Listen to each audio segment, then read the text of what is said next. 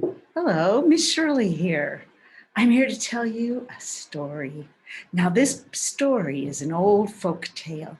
It's been told in Wales and Ireland and Scotland and English, all around that area. This particular version is from Wales. Now, Wales is a country next to England. It's very beautiful there, very mountainous. And in the old days, there were many parts of Wales that had their own kings.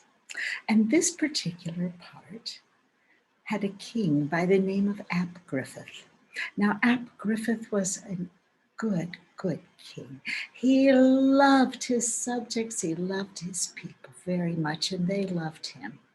He always made sure everybody had enough to eat and a place to live, and he was, oh, so loved by all the people.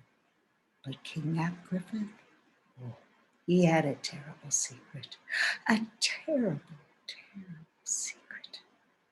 Now, Ap Griffith had very long hair, and there was a reason that he had such long hair. Ap Griffith had the ears of a donkey, like this little donkey. He had ears that were big and brown. Well, he hid them with his hair. Nobody knew about these ears. He was afraid that if he told anybody, they would laugh at him and make fun of him, and they wouldn't love him as their king anymore. So Ap Griffith didn't tell anybody. He let his hair grow, and it grew, and it grew, and it was never cut. And it grew so long past his legs, all the way down to the floor. And one day he fell over his hair. And he said, "Oh dear, I really must get a haircut. My hair is much too long. But if I call the barber, he'll see my ears. Oh dear." Well, there happened to be a barber in the village, and his name was Bilba the barber. And Bilba was a good man. So Ap Griffith called him. But he said, "Bilba, I have a terrible secret. And when you find out my secret, you will know what my hair hides. You must never tell anyone, because if you do, I will put you in the deepest, the darkest dungeon, and you will never come out." Oh, Bilby the barber said, "Oh dear, no, I would never tell anybody, not anybody at all. No." Well, okay then. So Ap Griffith let him cut his hair, and he cut, and he cut, and he cut, and he saw those ears. Oh, thought Bilby the barber, that's what the king is hiding, those beautiful ears.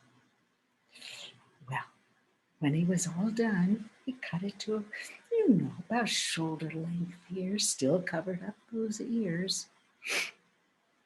King Ap Griffith reminded him, "Now, if you tell anybody at all, I will put you in the deepest, darkest dungeon, and you will never, ever get out." "Oh, no, said Bilbo, "I won't tell anybody."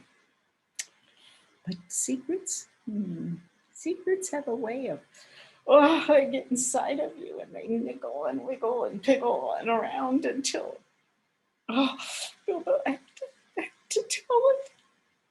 So he had a plan. He went out into the forest, deep into the forest. And he went by a stream. And by that stream grew some beautiful long reeds. Now, reeds are grasses that are hollow inside, like this. And he went and he stood among those tall reeds. And at the top of his voice, he yelled, The king has donkey ears. The king has donkey ears. The king has donkey ears. Oh, oh my goodness, he felt so much better. So much better. Well, it so happened that King Ap Griffith's birthday was coming up. And always on his birthday, there was a great parade. King Ap Griffith would put on his purple robe with the white ermine collar. He would put his crown on his head. And behind the king, when he was parading, would come the baton twirlers. And behind the baton twirlers would come the drums. And behind the baton twirlers and the drummers would come the flutists.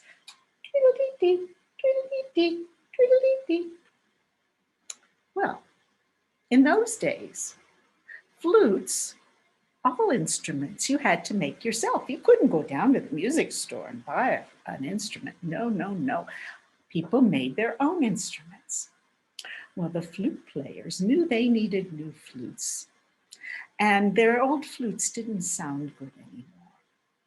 Well, the best place to get the material to make flutes was in the reeds down by the creek, just where Bilbo had stood. Well, they went down there. The flute players went down to the reeds. They each picked a very nice looking strong one that was hollow inside.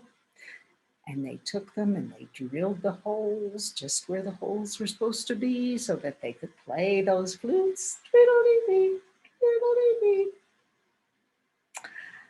And they were ready. So on the day of the parade, first came the king in his purple robe and his ermine collar and his crown. Then came the baton twirlers. They were so good, throwing their batons and twirling them. And then came the drummers. And then came the flute players. Well, when the flute players began to play, instead of beautiful music, out came, "The king has donkey ears! The king has donkey ears! The king has donkey ears!" That's what the flutes began to play. Oh, King Ap Griffith was so angry. "Send me for Bilbo the barber." Oh, poor Bilbo came. I didn't tell anybody. I just told the reeds. I'm so sorry. The king was about to send him to the dungeon when a little girl stepped forward. "King Ap Griffith, let me see your ears." "Yes, everyone can see them now," he yelled, "because it doesn't matter. You can all laugh at me." The little girl said, "But we wouldn't laugh at you. Your ears are beautiful. They are so velvety and smooth and big enough that you can hear everything we say. That's why you are such a good king. We love you, King Ap Griffith." All the people said, "Yes, yes, we love you, King Ap Griffith." All the people that were standing watching the parade began to yell, "Hail Ap Griffith, we love you. We love your ears." "Really?" said Ap Griffith, the king. You don't make fun of me?" "No," said all the people. "No, we love your ears." "Oh, okay," he said, and by then he pulled his hair back and he said, "Okay," and he forgave little Bilbo the barber. That was a good thing. And from that day on, do you know, King Ap Griffith wore his hair any way he wanted to because he knew the people still loved him, even though he had donkey ears. The end.